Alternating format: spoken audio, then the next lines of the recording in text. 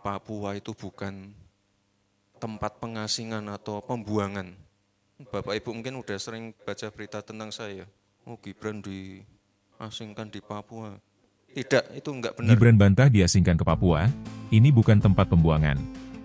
Wakil Presiden, Wapres, RI Gibran Rakabuming membantah narasi yang menyebutnya diasingkan ke Papua. Gibran menegaskan, Papua bukan tempat pengasingan, tetapi bagian dari NKRI yang harus diperhatikan.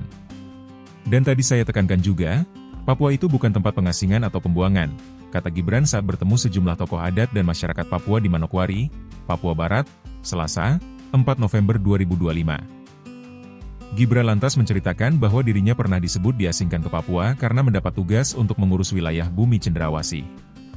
Dengan tegas, Gibran menyatakan, Papua bukanlah daerah pembuangan. Bagi Gibran, Papua adalah bagian NKRI yang harus diperhatikan. Bapak Ibu mungkin sudah sering baca berita tentang saya, oh Gibran diasingkan di Papua. Tidak, itu nggak benar. Papua itu bagian dari NKRI dan harus kita berikan perhatian khusus, tegasnya. Oleh karenanya, menurut Gibran, pemerintah membentuk 2 lembaga untuk menggagas pembangunan di Papua. Kedua lembaga dimaksud adalah Badan Pengarah Percepatan Pembangunan Otonomi Khusus Papua, BP3OKP, dan Komite Eksekutif Percepatan Pembangunan Otonomi Khusus Papua. Itulah kenapa ada 2 lembaga yang mengawal pembangunan di sini, ujar Gibran.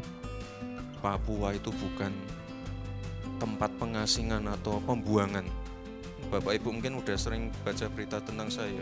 Oh, Gibran diasingkan di Papua. Tidak, itu enggak benar. Papua itu bagian dari NKRI. Bagian dari NKRI dan harus kita berikan perhatian khusus. Itulah kenapa ada 2 lembaga yang mengawal pembangunan di sini. Download Tribun X sekarang, menghadirkan lokal menjadi Indonesia.